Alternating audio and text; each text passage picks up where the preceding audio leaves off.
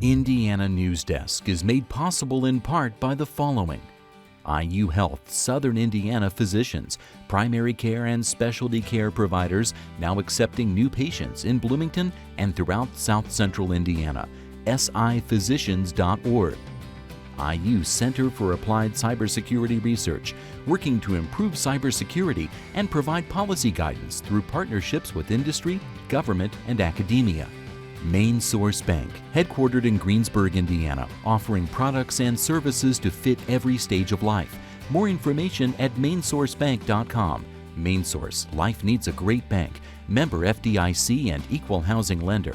Smithville Fiber, the Gigacity Company, fiber internet, HD, and digital IPTV in Southern Indiana. More information at smithville.com. And by WTIU members. Thank you. Coming up on Indiana Newsdesk, 2 school officials face federal charges in an investigation centered at the Vigo County School Corporation. Businessman Trey Hollingsworth has faced a lot of criticism during his run for Indiana's 9th District congressional seat, with people referring to him as a carpetbagger because of his recent move to the state. A new public records analysis puts more fuel on the fire concerning whether he actually lives in Indiana. You'll be asked to vote yes or no on a constitutional amendment to forever preserve a Hoosier's right to hunt, fish, and harvest wildlife. Boy, I just would hate to have wake up one day and find out because I didn't do something or take the right stand that it's not available to my grandkids. Just keep in mind that this is a right that people already have that's not being taken away from anyone. Plus, Barbara Brosier is here for the latest on all this week's top stories right now on Indiana Newsdesk.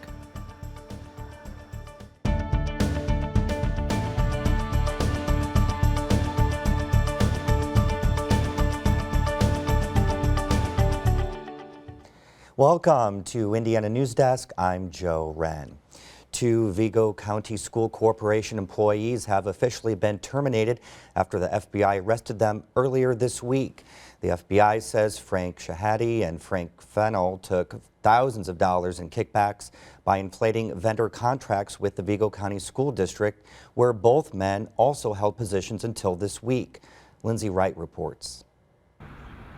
Following an emergency school board meeting Wednesday, board president Paul Lockhart announced the termination of Special Deputy and School Corporation Transportation Director Franklin Fennell and Sergeant Frank Shahady. Well, although we're saddened to have any employee arrested for criminal acts, and we do believe in due process, we felt it was imperative that we review the information that we have and then for the Director of Human Resources to make his recommendation.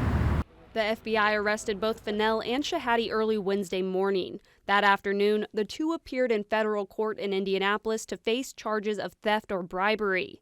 According to court documents, Fennell and Shahady worked with an unnamed business to inflate invoices for work done at the schools. Then the business would give each man a cash payment from the excess, totaling thousands of dollars. According to investigators, the scheme started in 2014 and lasted through October of this year. The arrests come after an FBI raid at the school corporation's offices in June. Lockhart says they've been given little to no information since then, until now. We've expressed our frustrations of not having information. This is really the first information that we've received that the board could consider. Both men have denied the allegations. For Indiana Newsdesk, I'm Lindsay Wright. We will continue to follow this story as it develops. House Speaker Paul Ryan says Indiana has an important role in Tuesday's election. At a rally in Sellersburg, Ryan urged Hoosiers to vote for Republicans in Tuesday's election, such as Republican 9th District candidate Trey Hollingsworth. I'm just saying to Hoosiers, you have a huge responsibility in front of yourself right now. Hoosiers will very much determine who's controlling the United States Senate, who's controlling the United States Congress, who goes into the White House. In a statement, Yoder's campaign manager said, quote, "We trust Hoosier voters to decide between a Hoosier public servant, mom, and educator, or a multimillionaire out-of-state carpetbagging tax evader who's trying to buy his seat," end quote. And with just days before the election, the controversy in this race shows no signs of slowing down. This week, an Associated Press report revealed Hollingsworth filed paperwork that legally requires him to live in at least 5 different states at once, and Indiana isn't among them. Barbara Brosier joins us now with more. Barbara. So, Joe, this paperwork that we're talking about lists Hollingsworth as what's called a registered agent, someone required to live in the state they're conducting business in so they can handle any legal or governmental issues. Hollingsworth says signing the forms was a clerical error, but his opponent, Shelley Yoder, says it was a deliberate move to make money.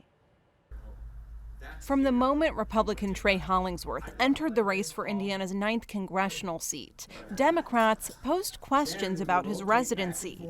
The successful businessman moved to the state just last year, but now an Associated Press report points to other residency issues. Documents Hollingsworth signed in Missouri, North Carolina, South Carolina, Virginia, and Georgia require him to live in those states to represent his business interests. Reporters couldn't ask questions about the filings during a press conference Thursday, but we spoke to the candidate one-on-one. It's truly a clerical error done by a team member that's no longer with our team. And I hate that. I hate that somebody on our team made a mistake, but it's nothing more than that. Democratic opponent Shelley Yoder says she doesn't buy Hollingsworth's explanation. A clerical error and signing in the wrong box, state after state after state after state in such a systematic way, that's not a clerical error. That's not one mistake. That appears to be very intentional. I did speak to an IU McKinney law professor named Anthony Page. He told me that there's really no incentive for Hollingsworth to be listed as a registered agent in multiple states. He says this is likely a case of sloppy paperwork that equates to a possible misdemeanor. This will be a close race to watch. Experts say keep your eye on it Tuesday because it could be a toss-up, Joe. All right, thanks, Barbara. Hoosiers will find a constitutional amendment on the ballot this November for the first time in 6 years. This amendment would protect a citizen's right to hunt and fish, but as Nick Jansen reports, it has some people wondering what it will actually do. NRA member Larry Becker is a landscape contractor in Fishers. He says hunting, fishing, they're important traditions to him. When you get down into camp, it has very little to do with killing a deer or catching a fish. That is fun and it's a great experience, but time in camp, just in fellowship with people telling stories and reliving the past and planning the future that's what's valuable. Public question number 1 asks voters to forever preserve a Hoosier's right to hunt, fish, and harvest wildlife. This is the only constitutional amendment on the ballot this year, and Hoosiers will have the option of voting yes or no. Over the last 20 years, Hoosiers have voted on 10 amendments, and all 10 passed with high voter approval of 70, even 80%. Erin Huang hopes this amendment reverses the trend. She's the director of the Humane Society in Indiana, which lobbies against some types of hunting. We really focus our efforts and focus what we work on as far as wildlife and hunting issues to the worst types of wildlife abuse. So, for instance, captive hunting, which has been a big battle here in Indiana for the past 10 to 13 years. This amendment doesn't affect those lobbying battles, but the Humane Society opposes it on principle because the amendment isn't really expected to change anything. While the Department of Natural Resources manages hunting and fishing practices in Indiana, the legislature is the only group that can change hunting and fishing laws. That's true now, and it'll remain true even if the amendment passes. So, Huang says, if nothing changes, there's not a good reason to do anything. It is such an important decision to amend the Constitution. It's the Constitution. But others say Hoosiers need to do something to protect the status quo. GOP Representative Sean Eberhardt sponsored the amendment. He said in a statement that hunting and fishing are part of our heritage, and that now is the right time to make this type of decision. 19 other states have right to hunt and fish amendments. Vermont passed the very first one in 1777, but the rest have all come since 1996. In addition to Indiana, Kansas will also vote on a right to hunt and fish amendment this year. The National Rifle Association supported all of these efforts, including Indiana's. It helps legislators pass the necessary bills and mobilizes public support among its members. Catherine Mortensen is an NRA spokesperson in Washington, D.C. This is really something for future generations to ensure that future generations of hunters and fishermen in Indiana have that right. The NRA, supporters, legislators, none of them have pointed to a specific future threat to hunting in Indiana. And Humane Society Director Huang says this is why the amendment is unnecessary. And even though this language may just say, do you believe people should have the right to hunt, just keep in mind that this is a right that people already have that's not being taken away from anyone. Still, Larry Becker doesn't want to take any chances. Boy, I just would hate to have wake up one day and find out because I didn't do something or take the right stand that it's not available to my grandkids. For Indiana Public Broadcasting, I'm Nick Jansen. Coming up next on Indiana Newsdesk. We'll look at the top news stories from around the state, including a lawsuit from the ACLU that's challenging an ordinance limiting yard signs. And we visit a museum with a new exhibit. Some of the displays may not be what you expect. These stories and more right here on Indiana Newsdesk. Nature takes you places where you've never gone before. It's watching something that's actually happened. Nature sure draw me in the story. Just their power and their grace. You know, it was just so beautiful to watch them. The movement and just watching the body and watching the chase. Like this huge, lush, vibrant watercolor. Chimps.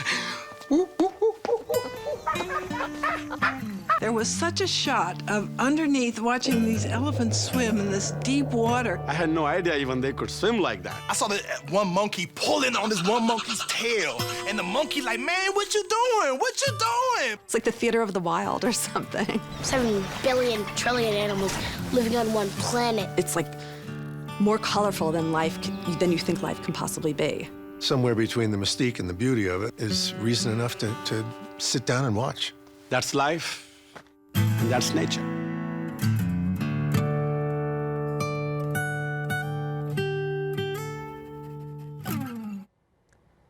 Welcome back to Indiana Newsdesk. Now, for headlines, we go over to Barbara Brosier, who has the latest on this week's top stories. Thanks, Joe. A key aide to Donald Trump's vice presidential nominee, Governor Mike Pence, is earning 2 salaries in an unusual political arrangement. Joshua Pitcock is collecting $23,000 monthly as Indiana's lobbyist in Washington, even after he took a paid position with the GOP presidential campaign.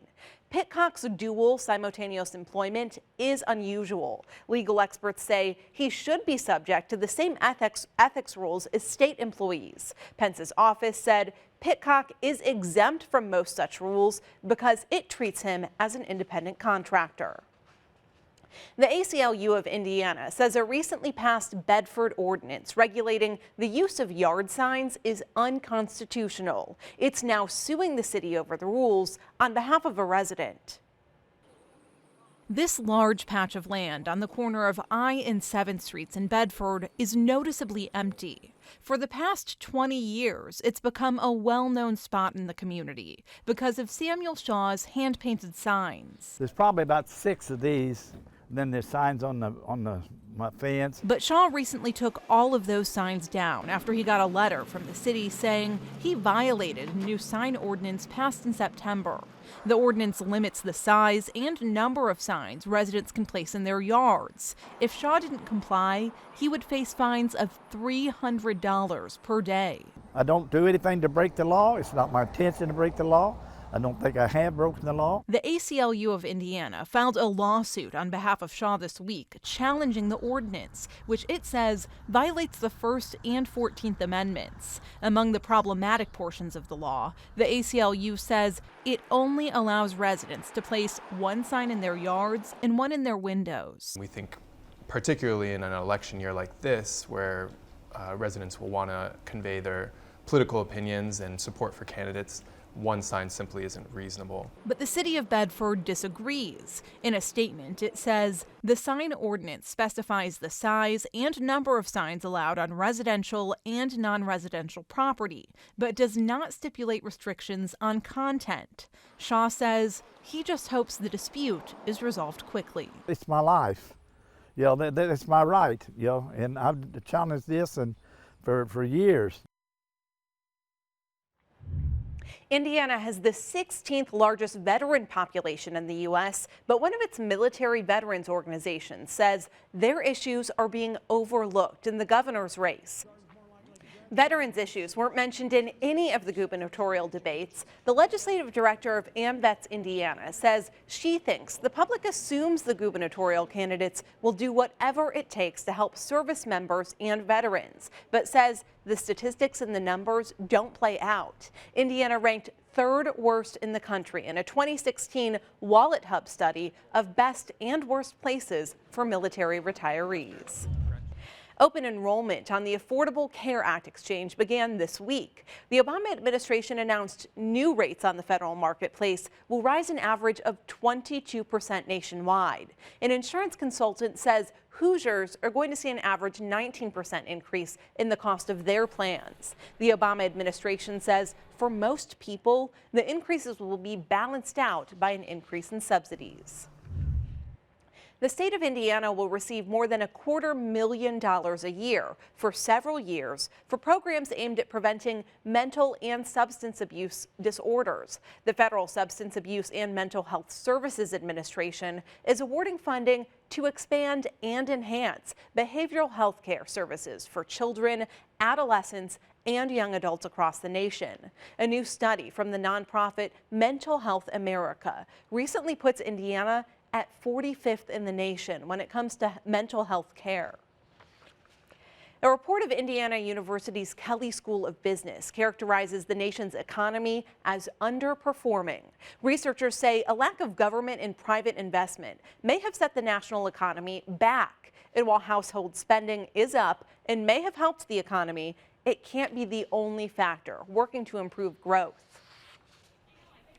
The number of new teachers receiving licenses from the state is up 18% this year. That number had been dropping every year since 2012. This is the first year there's been an increase after the lowest drop in new licenses issued in the 2013-2014 school year. The state started addressing what they are calling a teacher shortage. 4 Indiana cities, including Bloomington, have asked a Hamilton County judge to dismiss a lawsuit challenging local protections for lesbian, gay, bisexual, and transgender people.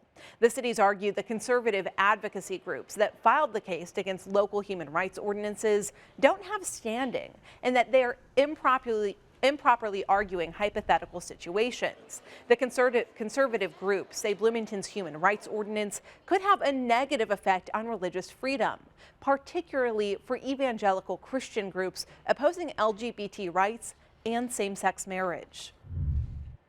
Bloomington's Prism Youth Community hosted a panel discussion about the challenges homelessness poses to the LGBTQ population. According to a think tank at UCLA called the Williams Institute, as many as 40% of homeless youth identify as lesbian, gay, bisexual, or transgender. The panel said a lack of cultural diversity training is one issue at some Bloomington shelters, and some say the LGBTQ population is also more likely to experience sexual violence, both inside or outside of a shelter.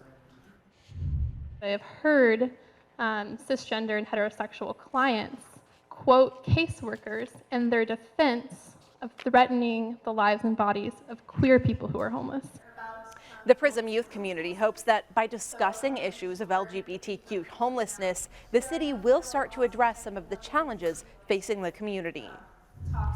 A New York Times investigation says with the advent of GMOs, the U.S. has needed more chemicals to achieve even the same yields as Europe. And it says the health risks from those additional chemicals outweigh any unconfirmed risks from the GMOs themselves. Indiana Corn Marketing Council President and the Soybean Alliance CEO say more herbicides don't mean crops are more toxic. Monsanto dismissed the New York Times' data as, quote, cherry-picked.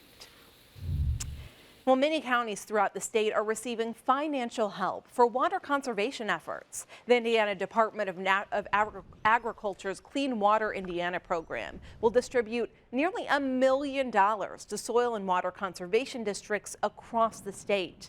The money will go towards projects such as maintaining pollinator habitats and promoting cover crop use in agriculture. Well, the leaves are falling in Indiana, but temperatures not so much. The weather has been unseasonably warm this fall, with highs in the 80s across the state at the beginning of this month, and cities experiencing temperatures around 5 to 7 degrees warmer than the average. Certain occurrences like a hurricane, for example, can impact a season's weather, so there's no way of predicting how this weather will treat us this winter. But experts say an undeniable warming trend is present. People have done a lot of study and they try to understand what's going to happen in the next year, next 100 years, even up to like 100 years, and they found that it's very persistent, the warming trend, no matter what. No matter what model you are using, no matter what scenario you are using.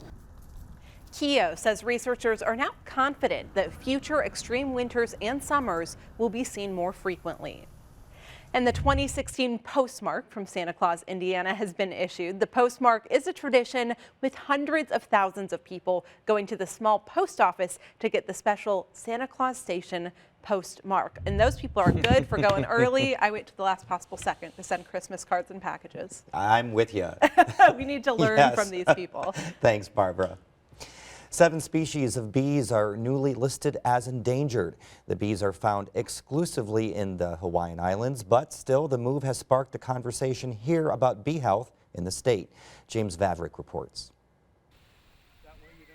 George Hegemon has been a beekeeper in Monroe County for decades.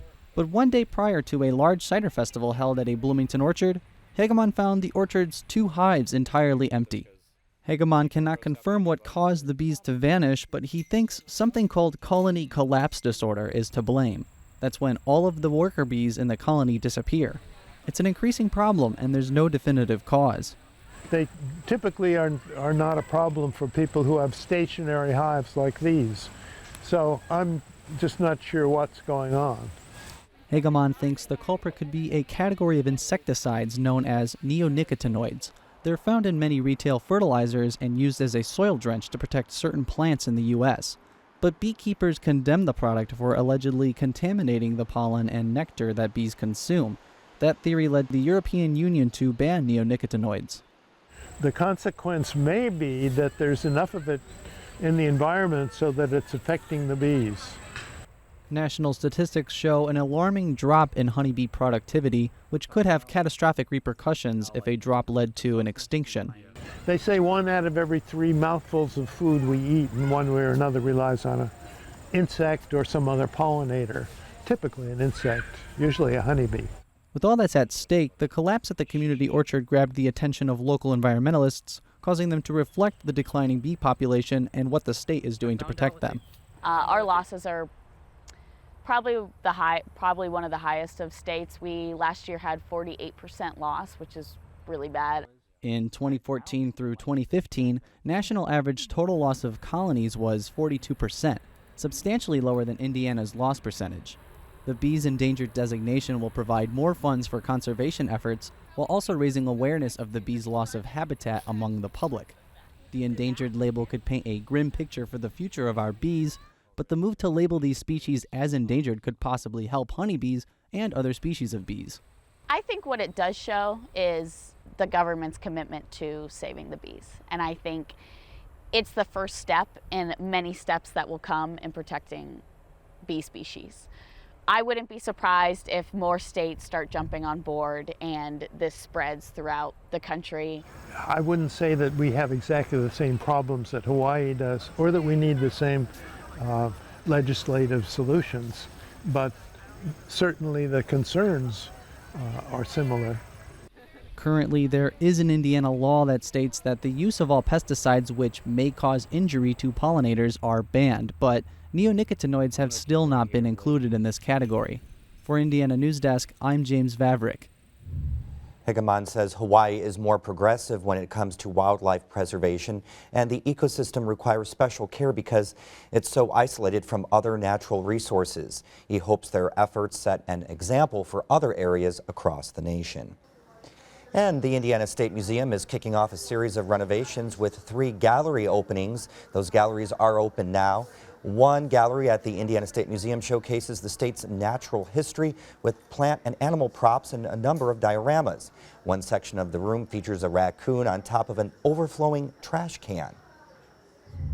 The decision to litter can change everything around you. The decision to plant an invasive species that you might love that tree, but if it's not from the region, that can change the entire ecosphere around you. This group of galleries represents phase 1 of a 5-step expansion the museum says will be complete in 2019. Oh, before we go, it's been over 100 years in the making, so it's worth reliving the moment the Cubs win the World Series. Take a look at some of this video I took on my phone at Nick's in Bloomington. That was after a home run. Barbara was there when the Cubs win the World Series. What do you think? Wasn't that amazing? Amazing. I was in tears. I mean, I was bawling, and I think a lot of people, it was just so emotional for fans. And they spilled out into the streets, the celebrations there on Kirkwood Avenue. Hopefully we won't have to wait another 100+ years for more. No. Oh, and there we are hugging. There you are, consoling me consoling you. And that's the end of this program, but our work continues online as we cover the news throughout the week at WTIUnews.org. Have a great weekend. Indiana Newsdesk is made possible in part by the following: IU Health Southern Indiana physicians, primary care and specialty care providers now accepting new patients in Bloomington and throughout South Central Indiana. siphysicians.org. IU Center for Applied Cybersecurity Research, working to improve cybersecurity and provide policy guidance through partnerships with industry, government, and academia. Main Source Bank, headquartered in Greensburg, Indiana, offering products and services to fit every stage of life. More information at mainsourcebank.com. Main Source, life needs a great bank. Member FDIC and equal housing lender. Smithville Fiber, the Gigacity Company. Fiber Internet, HD, and digital IPTV in Southern Indiana. More information at smithville.com. And by WTIU members. Thank you.